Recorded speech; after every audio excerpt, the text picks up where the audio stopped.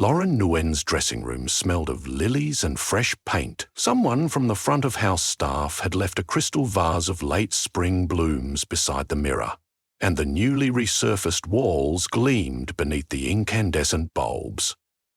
The refurbished space, like the rest of the Sydney Opera House, was preparing for its 50th anniversary gala, a concert to celebrate 5 decades of music, architecture, and national pride. For Lauren, the occasion was something even larger, her debut on Australia's most legendary stage. She had arrived from Melbourne 2 months earlier, practically vibrating with ambition, and had plunged into rehearsals for Strauss's 4 last songs. The assignment was prestigious enough to catapult any young soprano onto the international circuit. If she shaped each line just right, if she glowed instead of merely singing, critics would whisper Vienna's Covent Garden, the Met. But on the first day she stepped into the Joan Sutherland Theatre, her ambitions collided with a sensation so strange she nearly forgot how to breathe. Standing at centre stage, she lifted her voice in the warm-up scale her teacher had drilled into her since childhood. C, D, E. The acoustics were famously bright, yet she felt something more than resonance. The walls themselves seemed to lean closer, as though the entire hall were a lung inhaling her sound. Then she sang the top C. The floor quivered, only faintly, no more than the shiver of a train under distant tracks, but enough that her music binder rattled on the stand. No one else appeared to notice. The conductor, Maestro Rinaldi, simply asked for the next passage. Lauren shook out her hands, told herself she'd imagined it, and went on. The quiver returned at the next rehearsal, stronger, and she shot the high D that crowns the 3rd song. A dusky rumble answered her note, rolling up from beneath the stage like a reply from some underground cave. This time the first violins glanced around in confusion. Maestro Rinaldi halted the orchestra. "Lauren, are you feeling all right?" His neatly barbered eyebrows dipped in concern. "I'm fine." But her heart was thrashing against her ribs. She tucked a strand of black hair behind one ear, trying to steady herself. Maybe it's just construction vibrations. The stage manager consulted the house technicians. Nothing was being renovated below the theatre. No trucks rumbled on nearby Macquarie Street. Eventually, they shrugged, chalked the tremor up to the city's unpredictability, and resumed. That evening, Lauren wandered outside into the sea salt twilight. The opera house's iconic shells flared above her great white sails, or scallop shells, or frozen waves, depending on who described them. Every postcard, every tourism poster insisted on their clean modern lines, their triumphant geometry. Yet, up close, beneath the orange street lamps, the tiles appeared scaled, like the overlapping plates of some gargantuan reptile.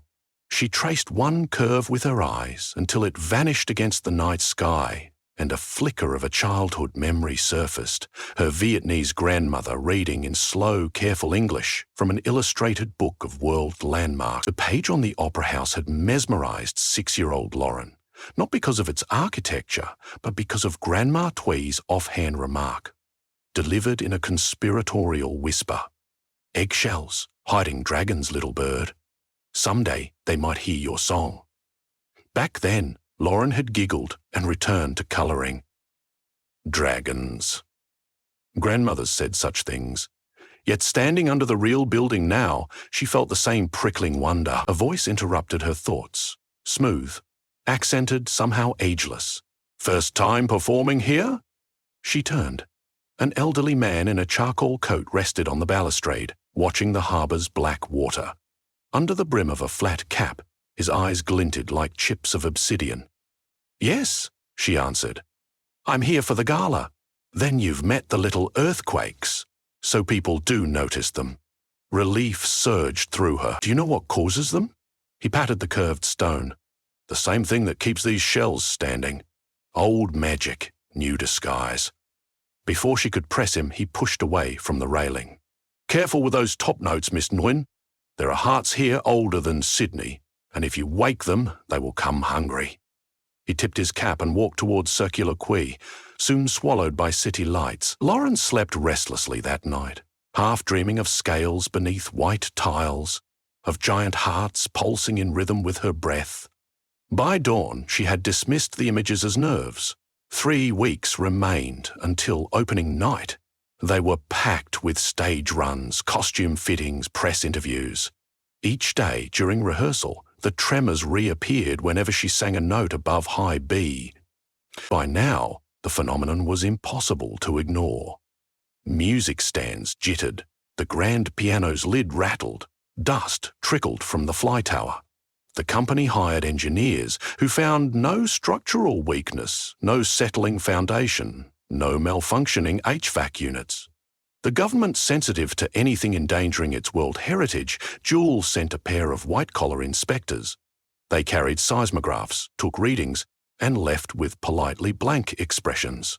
On Tuesday of the final week, Lauren stayed after rehearsal, determined to experiment.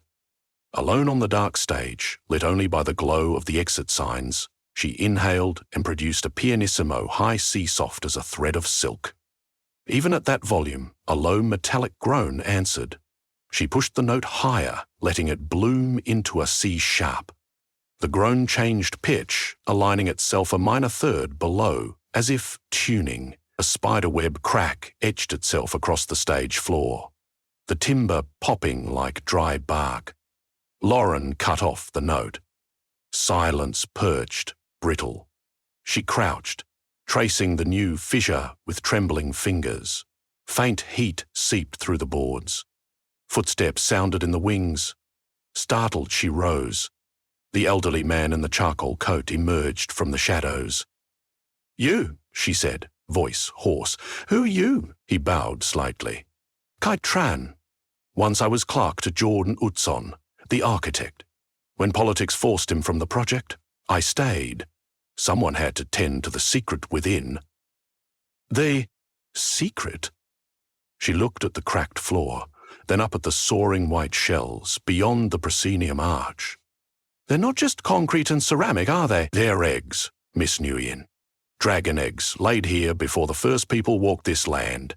Time petrified their shells, blanched them. When the government sought a modern opera house, Utzon's design gave the eggs camouflage. He guessed, though did not fully know, what he built upon. Those of us who did know aided him." Lauren's pulse roared in her ears. "Dragons are myth." Kai's thin lips bent in a smile. "Every myth is an echo of truth. The question is how loud you choose to sing it." She folded her arms to still their shaking. "Why, tell me now?" "Because," he said, "I have spent 50 years ensuring the eggs sleep, and you, with one perfect note, are splitting them." "I don't want to," she blurted. "I just want to sing." "That is precisely what the dragon mothers once wanted. Their lullabies could fell forests. Dragons are creatures of resonance. They mate by weaving sound within flame. Perhaps you share a sliver of that blood, perhaps not. Either way, your voice is the catalyst the eggs have awaited." Lauren paced to center stage. Through the grid of catwalks above, she glimpsed a wedge of night sky. She could abandon the gala, flee to Melbourne, pretend none of this was real. But fleeing would sabotage her career and condemn her to lifelong doubt. Had she forfeited stardom over fantasy? "What happens if they hatch?" she asked. Kai's gaze drifted to the shells curving overhead. "All newborn predators must feed. 50 years of worshippers gather here each season. Think of their applause, heartbeats, lungs, movement echoes inside marble caverns, enough to whet an ancient appetite." A huddle of stage technicians entered then, chatting about lighting cues. Kai melted into the darkness. Lauren turned, found him gone, as if he'd never stood there. That night she researched dragons and acoustics until her eyes burned. Scholar sites speculated about infrasonic communication among reptiles. Folklore blogs tied legendary beasts to sacred geometry, to pictures that could crack stone. Nothing was conclusive, yet everything whispered the truth hid behind allegory. In the following rehearsals, Lauren marked her top notes, skimming lightly above the staff, feigning caution to protect her fragile voice. Maestro Rinaldi fussed, the orchestra grumbled. Critics arriving to watch dress runs tweeted cryptic concerns. The gala program still listed the Strauss, but the whispers backstage suggested replacing her if she faltered again. 2 nights before opening, a thunderstorm pummeled the harbour. Wind flung salt spray across the forecourt and lightning spited behind the shells, illuminating them like lanterns. Lauren sat inside the empty auditorium, listening to rain drum the roof. Kai appeared beside her, as if conjured by the storm.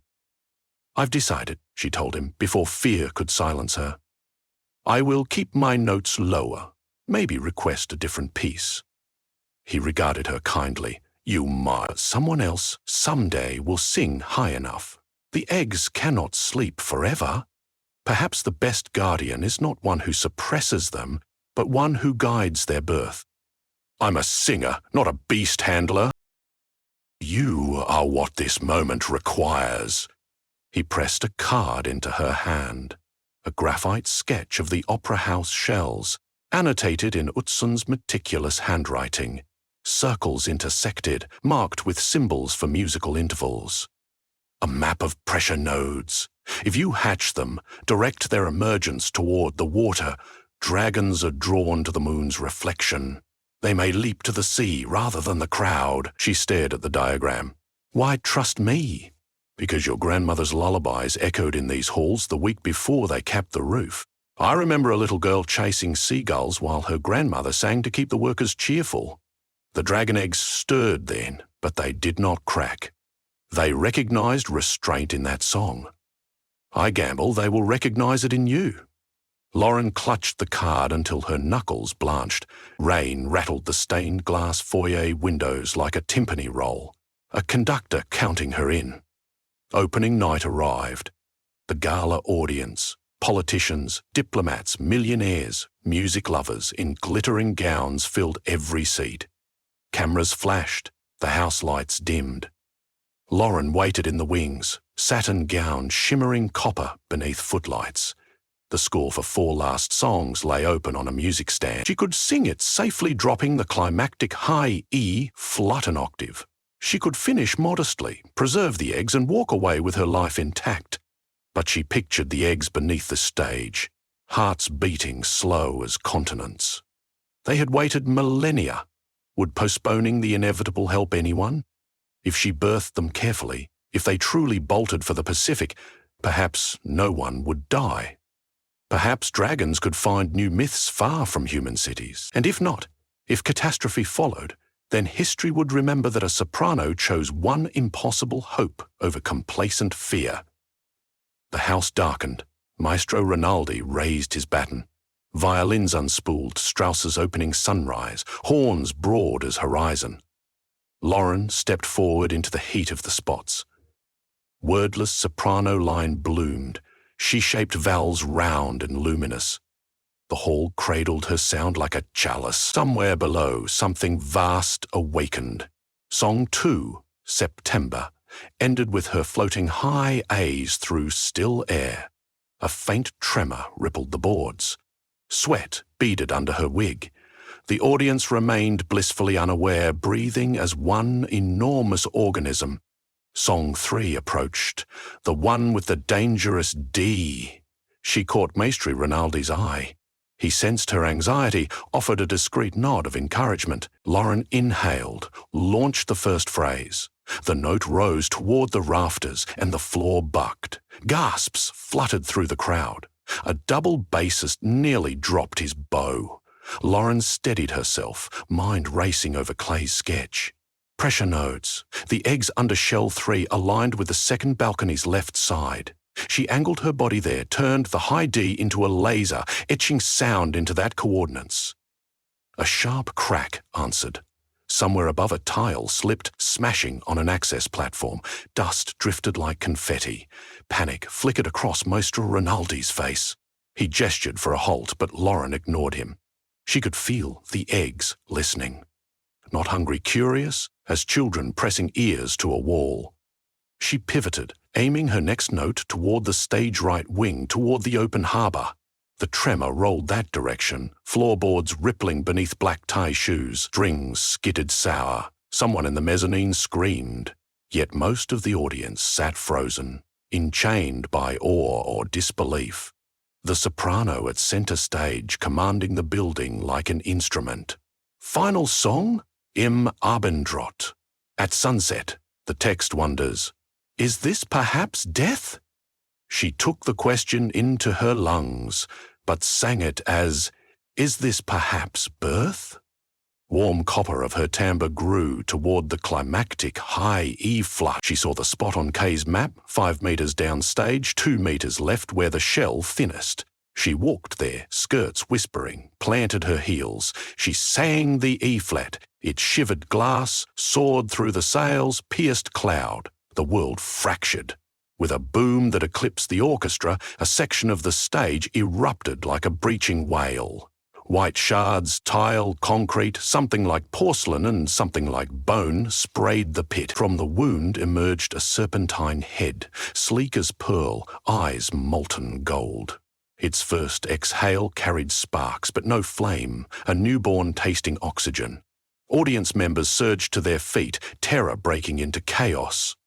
Ushers shouted for evacuation, yet the Dragonling, no longer than a pleasure yacht, did not lunge toward them. It sniffed the air, tracking the soprano's note as though she were mother and guiding star.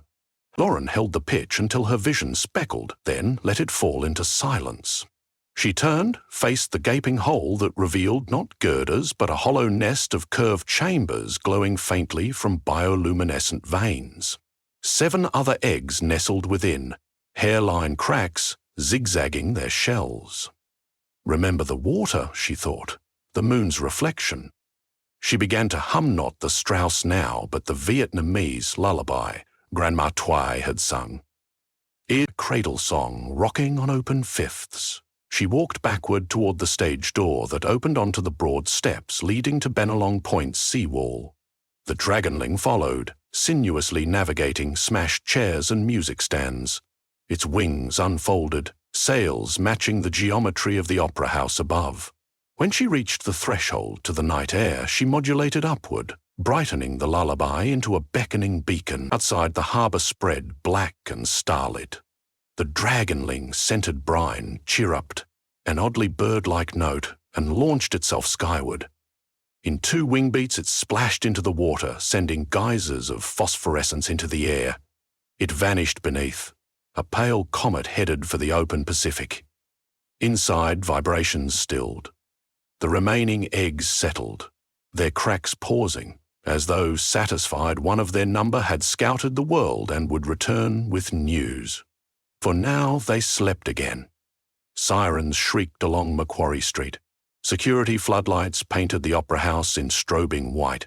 Fire wardens herded patrons to safety. Reporters spewed frantic hypotheses about gas explosions, terrorist plots, sinkholes.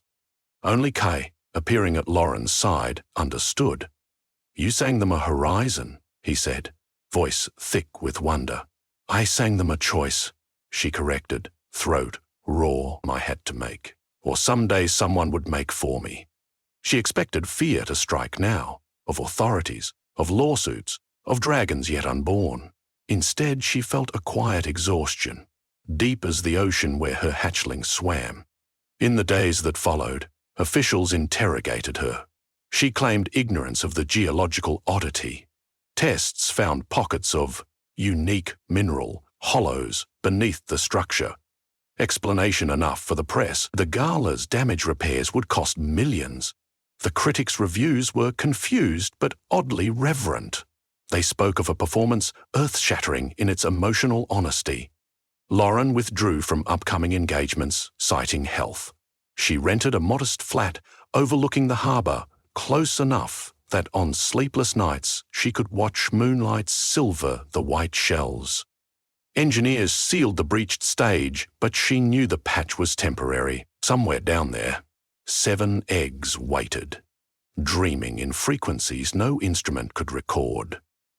Each dawn she practiced scales quietly near her open balcony doors. She was retraining not only her voice, but her intent. Someday the dragons would answer again. When they did, The world would need a singer who could midwife wonder without birthing ruin. Until then she sang the lullaby to the waves, and far out beyond the heads a young dragon sometimes replied, a faint, flute-bright cry the colour of sunrise.